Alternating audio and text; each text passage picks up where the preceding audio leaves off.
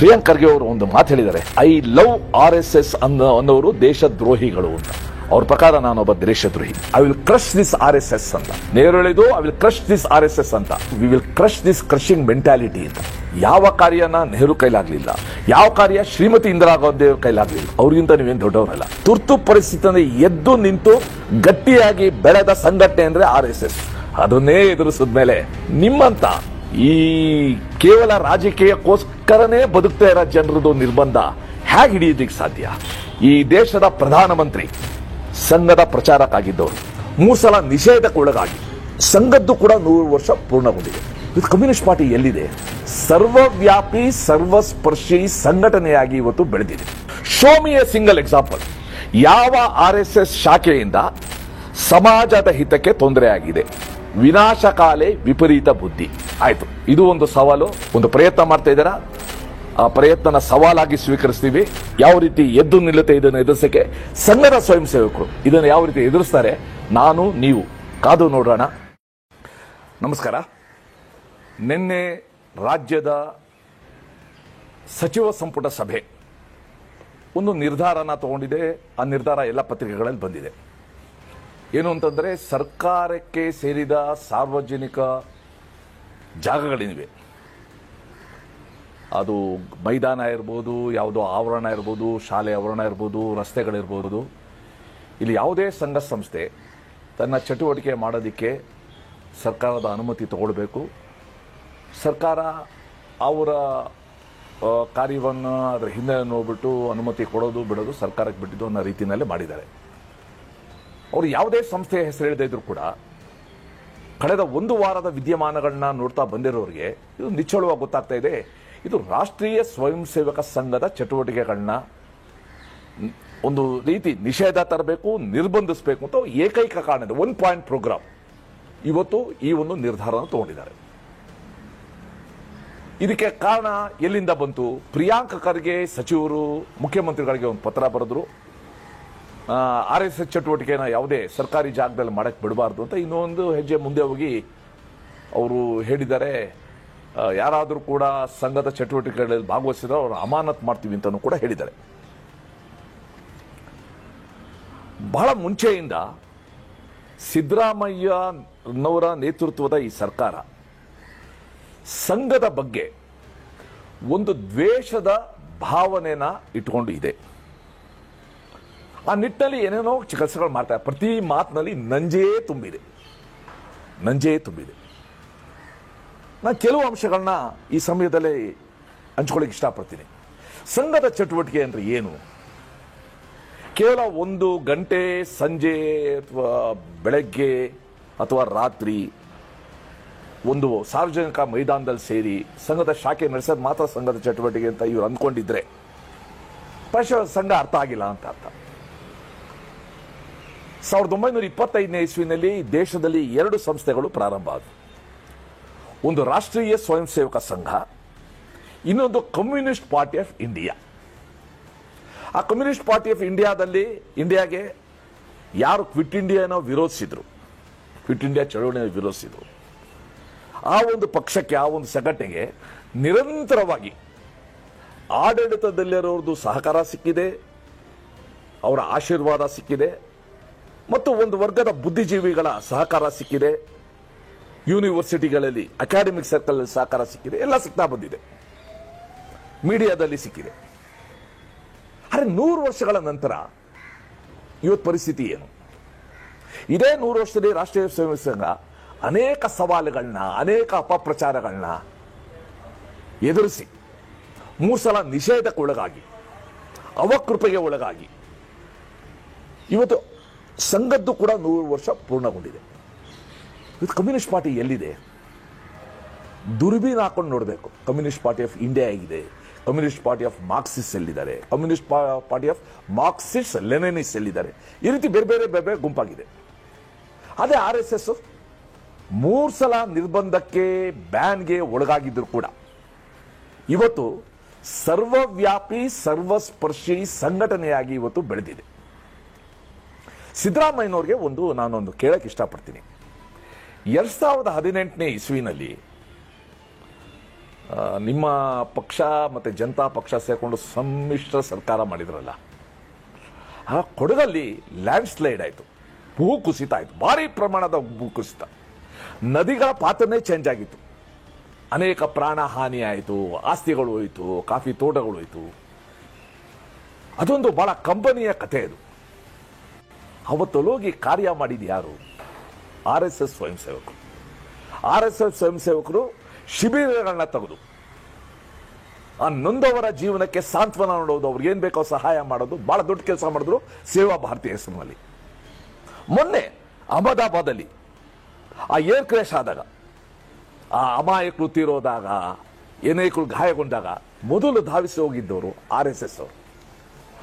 ಈ ದೇಶದ ಸುನಾಮಿ ಆಗಲಿ, ಭೂಕಂಪ ಆಗಲಿ, ಗುಜರಾತಿಂದು ಬರಗಾಲ ಬರಲಿ, ಅತಿವೃಷ್ಟಿ ಬರಲಿ, ಪ್ರವಾಹ ಆಗಲಿ, ಕೋವಿಡ್ ಇರಲಿ, ರೈಲ್ವೆ ಆಕ್ಸಿಡೆಂಟ್ ಆಗಲಿ, ಏರ್ ಆಕ್ಸಿಡೆಂಟ್ ಆಗಲಿ, ಬಸ್ ಆಕ್ಸಿಡೆಂಟ್ ಆಗಲಿ, ಯಾವುದೇ ಸಂದರ್ಭದಲ್ಲಿ ಧಾವಿಸಿ ಹೋಗುವುದು ಸಂಘದ ಸ್ವಯಂ ಸೇವಕರು. ನೀವು ಚಟುವಟಿಕೆಗಳನ್ನ ನೀವು ನಿರ್ಬಂಧ ತರಬಹುದು, ಯಾವುದೇ ಸ್ವಯಂ ಸೇವಕನ ಸ್ವಯಂ ಸೇವಕತ್ವನ ನೀವು ನಿರ್ಬಂಧಿಸಕ್ಕಾಗೋದಿಲ್ಲ. ಇದು ಬಹಳ ಜನ ಪ್ರಯತ್ನ ಪಟ್ಟಿದ್ದಾರೆ, ಸಂಘದ ಮೇಲೆ ನಾವು ನಿಲ್ಲಿಸ್ಬಿಡ್ತೀವಿ ಅಂತ. ಪಂಡಿತ್ ಜವಾಹರ್ಲಾಲ್ ನೆಹರು ಒಂದ್ಸಲ ಹೇಳಿದರು 1952ನಲ್ಲಿ, ಸರ್ಕಾರ ಬಂದು ಹೊಸದ್ರಲ್ಲಿ, I will crush this RSS ಅಂತ. ಆಗ ನಮ್ಮ ಪಕ್ಷದ, ಆಗ ಜನಸಂಘ ಆಯಿತು, ನಮ್ಮ ಪಕ್ಷದ ಸಂಸ್ಥಾಪಕರು ಡಾಕ್ಟರ್ ಶ್ಯಾಮಾ ಪ್ರಸಾದ್ ಮುಖರ್ಜಿ ಹೇಳಿದರು, ನೆಹರು ಹೇಳಿದ್ರು I will crush this RSS ಅಂತ. ಶ್ಯಾಮಾ ಪ್ರಸಾದ್ ಮುಖರ್ಜಿ ಹೇಳಿದ್ರು V will crush this crushing mentality ಅಂತ. ಈ ನಿರ್ನಾಮ ಮಾಡಬೇಕು ಅಂತ ಇದೆಯಲ್ಲ, ಆ ಮನಸ್ಥಿತಿಯನ್ನು ನಿರ್ನಾಮ ಮಾಡ್ತೀವಿ ಅಂತ. ಇದು ನಿರಂತರವಾಗಿ ಸಂಘದ ಬಗ್ಗೆ ಮಾಡ್ಕೊಂಡು ಬಂದಿದ್ದಾರೆ. ಗೊತ್ತು ಇವರಿಗೆ, 3 ಸಲ ಸಂಘದ ಮೇಲೆ ಬೇರೆ ಬೇರೆ ರೀತಿ ಬೇರೆ ಸ್ವರೂಪದ ನಿರ್ಬಂಧ ತಂದು ಕೈ ಸುಟ್ಕೊಂಡಿದ್ದಾರೆ ಈ ಪಕ್ಷದ ನಾಯಕರುಗಳು, ಕಾಂಗ್ರೆಸ್ ಪಕ್ಷದ ನಾಯಕರುಗಳು. ಮತ್ತೆ ಅದೇ ತಪ್ಪು ಮಾಡ್ತಾ ಇದ್ದಾರೆ. ಸಂಘ ಇವತ್ತು ಸುಮಾರು 40ಕ್ಕೂ ಹೆಚ್ಚು ಸಂಘದಿಂದ ಪ್ರೇರಿತವಾದ ಸಂಸ್ಥೆಗಳು ಬೇರೆ ಬೇರೆ ಕ್ಷೇತ್ರದಲ್ಲಿ ಸೇವಾ ಚಟುವಟಿಕೆಗಳು ನಡೀತಾ ಇದೆ. ಸುಮಾರು 1 ಲಕ್ಷಕ್ಕೂ ಹೆಚ್ಚು ಯೋಜನೆಗಳು, ಕಾರ್ಯಕ್ರಮಗಳು ಸಂಘದಿಂದ ನಡೀತಾ ಇದೆ. ಶಿಕ್ಷಣ ಕ್ಷೇತ್ರದಲ್ಲಿ ಮಾಡ್ತಾ ಇದ್ದಾರೆ, ಕಾರ್ಮಿಕ ಕ್ಷೇತ್ರ, ಅಸಂಘಟಿತ ಕಾರ್ಮಿಕ ಕ್ಷೇತ್ರ, ಸಂಘಟಿತ ಅಲ್ಲಿ ಮಾಡ್ತಾ ಇದ್ದಾರೆ, ವಿದ್ಯಾರ್ಥಿ ಕ್ಷೇತ್ರದಲ್ಲಿ ಮಾಡ್ತಾ ಇದ್ದಾರೆ, ಸೇವಾ ಕ್ಷೇತ್ರ, ವನವಾಸಿ ಕ್ಷೇತ್ರ, ಟ್ರೈಬಲ್ ಏರಿಯಾಸ್ ಅಲ್ಲಿ ಮಾಡ್ತಾ ಇದ್ದಾರೆ, ಚಿಂದಿ ಆಯ್ದ ಮಕ್ಕಳಿಗೋಸ್ಕರ ಶಿಕ್ಷಣ ಕೊಡೋದು ಒಂದು ಮಾಡ್ತಾ ಇದ್ದಾರೆ, ನೆಲೆ ಅಂತ ಎಲ್ಲ ಮಾಡ್ತಾ ಇದ್ದಾರೆ. ನೀವೇನು ಅವ್ರಿಗೆ ಸಹಾಯ ಮಾಡಬೇಡಿ, ಅವ್ರು ಮಾಡ್ಕೊಳ್ತಾರೆ. ರಾಷ್ಟ್ರೀಯ ಸ್ವಯಂ ಸೇವಕ ಸಂಘದ ಸ್ವಯಂ ಸೇವಕರು ಮಾಡ್ಕೊಳ್ತಾರೆ.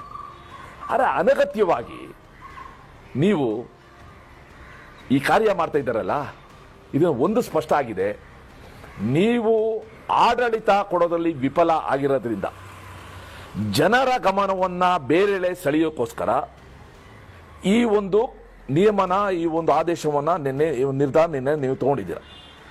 ಅದು ಸರಿ. ಪ್ರಿಯಾಂಕರ್ಗೆ ಒಂದು ಪತ್ರ ಬರೆದ್ರಲ್ಲ ನಿಮಗೆ, ಸಂಘದಿಂದ ಅಹಿತಕರ, ಅನಾರೋಗ್ಯಕರ ವಿಚಾರಗಳನ್ನ ಬಿತ್ತುತ್ತಾ ಇದ್ದಾರೆ, ಅದಕ್ಕೋಸ್ಕರ ನಿರ್ಮಾಣ ಅಂತ. Show me a single example. ಯಾವ RSS ಶಾಖೆಯಿಂದ ಸಮಾಜದ ಹಿತಕ್ಕೆ ತೊಂದರೆ ಆಗಿದೆ, ಯಾವ ಸಂಘದ ಶಾಖೆಯ ವಿಚಾರದಿಂದ ಸುತ್ತಮುತ್ತಲಿನ ಪರಿಸರಕ್ಕೆ ಹಾನಿಯಾಗಿದೆ, ಯಾವ ಸಂಘದ ಚಟುವಟಿಕೆಯಿಂದ ಸಮಾಜದ ಸ್ವಾಸ್ಥ್ಯ ತೊಂದರೆ ಆಗಿದೆ. Show me a single example. Example ಕೂಡ ಏನು ಇಲ್ಲದೇನೆ, ಅದು ಬದಲಿಗೆ ಸಂಘದಿಂದ ಸಮಾಜದ ಕಸುವು, ಸಮಾಜದ ಸ್ವಾಸ್ಥ್ಯ ಗಟ್ಟಿ ಆಗ್ತಾ ಇರೋದು ನಾನು 100 ಎಕ್ಸಾಂಪಲ್ ಕೊಡ್ತೀನಿ. ಅರೆ ನೀವು ತೀರ್ಮಾನ ಮಾಡಿದ್ದೀರಾ, ನಾವು ಇರೋದೇ ಇವತ್ತು RSS ಚಟುವಟಿಕೆಗಳನ್ನ ನಿಲ್ಲಿಸೋದಿಕ್ಕೆ ಅಂತ ಇದ್ದೀರಾ. ಯಾವ ಕಾರ್ಯನ ನೆಹರು ಕೈಲಾಗಲಿಲ್ಲ, ನೆಹರುಗಿಂತ ನೀವೇನು ದೊಡ್ಡವರಲ್ಲ. ಯಾವ ಕಾರ್ಯ ಶ್ರೀಮತಿ ಇಂದಿರಾ ಗಾಂಧಿ ಅವ್ರ ಕೈಲಾಗಲಿಲ್ಲ, ಅವ್ರಿಗಿಂತ ನೀವೇನು ದೊಡ್ಡವರಲ್ಲ. ನಾಮಕ ಇಟ್ಕೊಳ್ಳಿ, 21 ತಿಂಗಳು RSS ಮೇಲೆ ಬ್ಯಾನ್ ಹಾಕಿದ್ರು, 21 ತಿಂಗಳು. ಅವಾಗ ಪತ್ರಿಕಾ ಸ್ವಾತಂತ್ರ್ಯನೂ ಕೂಡ ಕಸಿದುಕೊಂಡಿತ್ತು ನಿಮ್ಮ ಪಾರ್ಟಿ. ಸೋಷಿಯಲ್ ಮೀಡಿಯಾ ಇರಲಿಲ್ಲ ಅವಾಗ, ಎಲ್ಲರೂ ಒಳಗಡೆ ಹಾಕಿದ್ರು. ಅಂತಹ ಸಮಯದಲ್ಲಿ ಆ ಸರ್ವಾಧಿಕಾರಿ ಮನಸ್ಥಿತಿಯ ತುರ್ತು ಪರಿಸ್ಥಿತಿಯನ್ನು ಎದ್ದು ನಿಂತು ಗಟ್ಟಿಯಾಗಿ ಬೆಳೆದ ಸಂಘಟನೆ ಅಂದರೆ RSS. ಅದನ್ನೇ ಎದುರಿಸಿದ್ಮೇಲೆ ನಿಮ್ಮಂತ ಈ ಕೇವಲ ರಾಜಕೀಯಕ್ಕೋಸ್ಕರನೇ ಬದುಕ್ತಾ ಇರೋ ಜನರದು ನಿರ್ಬಂಧ ಹೇಗೆ ಹಿಡಿಯೋದಕ್ಕೆ ಸಾಧ್ಯ? ಸೊ ಅದಕ್ಕೋಸ್ಕರ ನೀವು ಒಂದು ತಪ್ಪು ಮಾಡ್ತಾ ಇದ್ದೀರ. ಪ್ರಿಯಾಂಕ್ ಖರ್ಗೆ ರಾಷ್ಟ್ರೀಯ ಸ್ವಯಂ ಸೇವಕ ಸಂಘದ ಕ್ಯಾಂಪೇನರ್ ಆಗ್ತಾ ಇದ್ದೀರ. ಪ್ರತಿ ದಿವಸ RSS ಬಗ್ಗೆ ಮಾತಾಡಿ ಸಂಘದ ಬಗ್ಗೆ ಜನರಲ್ಲಿ ಹೆಚ್ಚು ಅರಿವು ಮೂಡಿಸ್ತಾ ಇದ್ದೀರ. ಆಯ್ತು, ಇದು ಒಂದು ಸವಾಲು. ನೀವೇನು ಮ್ಯಾಕ್ಸಿಮಮ್ ಮೈದಾನದಲ್ಲಿ ಆಡಬಾರ್ದು ಅಂತ ಇದ್ದೀರ ತಾನೆ. ಆದರೆ ಸಂಘ ಮನೆಗಳನ್ನ ಮುಟ್ಟೋದನ್ನ ನೀವು ತಡೆಯೋಕ್ಕಾಗಲ್ಲ. ಸಂಘ ಮನಗಳನ್ನ ಮುಟ್ಟೋದಕ್ಕೆ ತಡೆಯೋಕ್ಕಾಗಲ್ಲ. ಸಂಘ ಸೇವಾ ಚಟುವಟಿಕೆ ನಡೆಸೋದಕ್ಕೆ ತಡೆಯೋಕ್ಕಾಗೋದಿಲ್ಲ. ಅದನ್ನು ತಡೆಯೋಕ್ಕಾಗಲ್ಲ. ಅದನ್ನ ತಡೆಯಕ್ಕೆ ಹೋದ್ರೆ ಸಮಾಜಕ್ಕೆ, ಇವತ್ತು ಬೃಹತ್ ಸಮಾಜಕ್ಕೆ 100 ವರ್ಷ RSS ತುಂಬಿರುವ ಈ ಸಂದರ್ಭದಲ್ಲಿ ಸಮಾಜಕ್ಕೆ ಕೇವಲ ಓಟ್ಗೋಸ್ಕರ ಉಸಿರಾಡ್ತಾ ಇರುವ, ಓಟ್ಗೋಸ್ಕರ ಬದುಕಿರುವ, ಓಟ್ಗೋಸ್ಕರ ಜೀವನ ನಡೆಸ್ತಾರ ವ್ಯಕ್ತಿಗಳು ಯಾರು? ರಾಷ್ಟ್ರಕ್ಕೋಸ್ಕರ ಸಮಾಜಕ್ಕೋಸ್ಕರ ಬದುಕ್ತಾ ಇರೋ ಸ್ವಯಂ ಸೇವಕರು ಅಂತ ಗೊತ್ತಿದೆ. ಈ ನಿಟ್ಟಿನಲ್ಲಿ ಒಂದು ಪ್ರಯತ್ನ ಮಾಡ್ತಾ ಇದ್ದೀರಾ.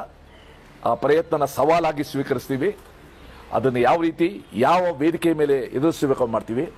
ಆದರೆ ಜನಸಾಮಾನ್ಯರಿಗೆ ಒಂದಂತೂ ನಿಚ್ಚಳ ಆಗಿದೆ, ಯಾವುದನ್ನ ಸೈದ್ಧಾಂತಿಕವಾಗಿ ನೀವು ಎದುರಿಸಕ್ಕಾಗೋದಿಲ್ಲ.